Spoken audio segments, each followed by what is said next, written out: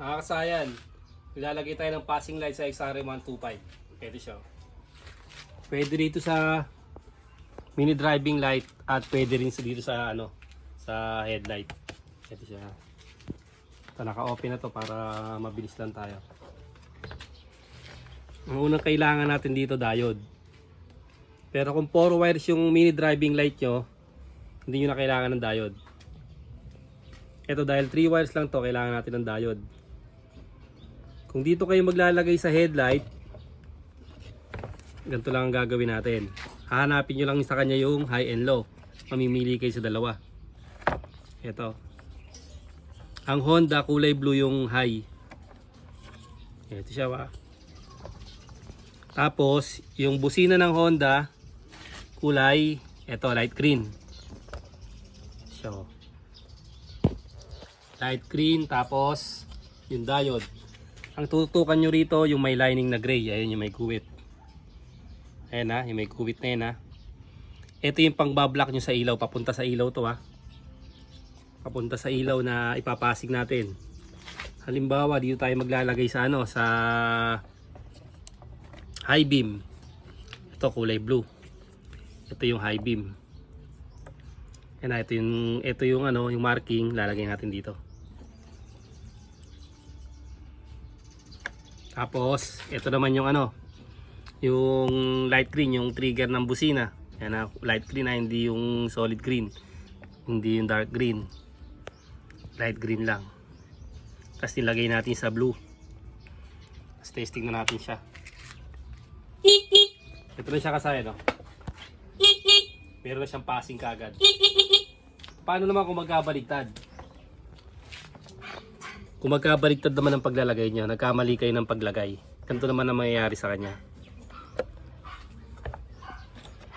Pag nagkabaligtad kayo kasaya, babaligtarin nyo lang. Ganito mangyayari pag nagkamali kayo ng lagay. Hindi naman problema yung babaligtarin nyo lang. Wala nang magiging kaso yun. Ito siya.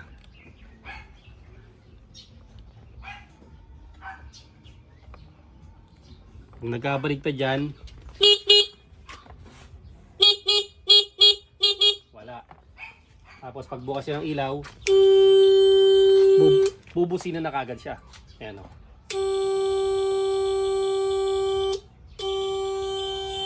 Yung kasayang pag nagkamali, kaya babaligtarin nyo lang yun. Kagaya ng ginawa natin.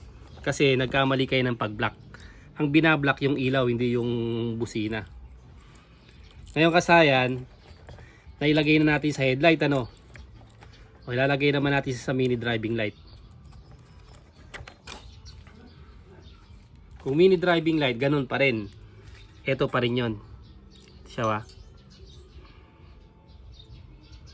Yung pa rin yung titignan natin ha. Papunta sa ilaw. Ito papunta sa busina. Yung pinaka marking na yung guwit na gray. 6 ampere ang gamitin nyo na diode. Para mas kitang kita nyo yung linya.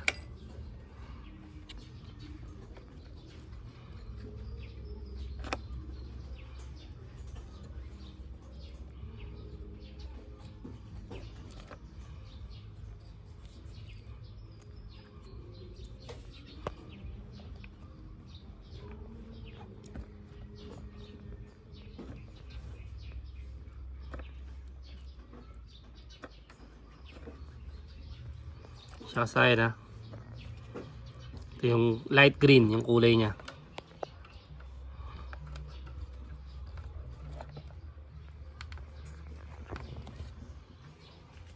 Tapos, kung yung dilaw ang pipiliin nyo, mamimili kayo ha. Dediretsuin nyo lang itong itong 3-way switch.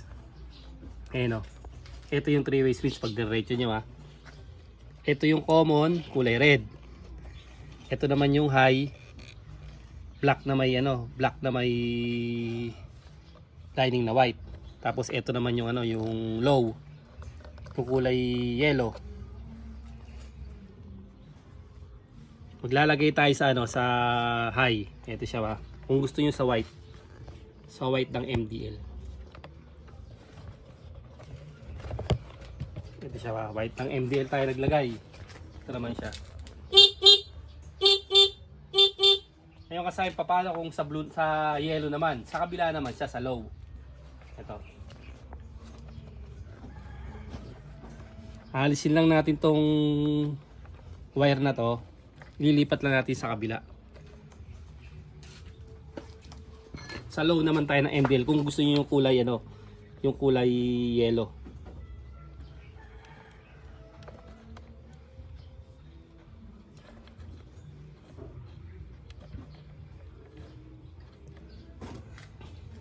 Ito siya,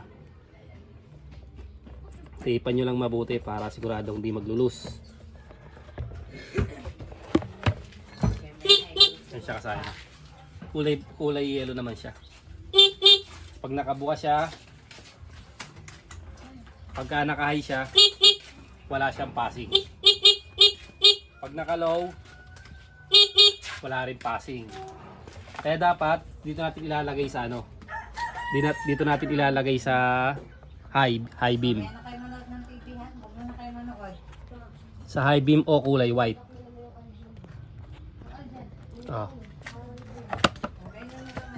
Yan siya, Tapos pagka naka-low tayo, may passing pa rin siya. Kaya mas maganda ilagay sa ano, sa high yung ano natin, yung passing light. Ganun lang kasi yung paglalagay ng ano ng passing light sa XRM125, XRM110, Wave, SYM, pare-pares lang. Hanggang dito na lang mga kasayan. Salamat sa panonood.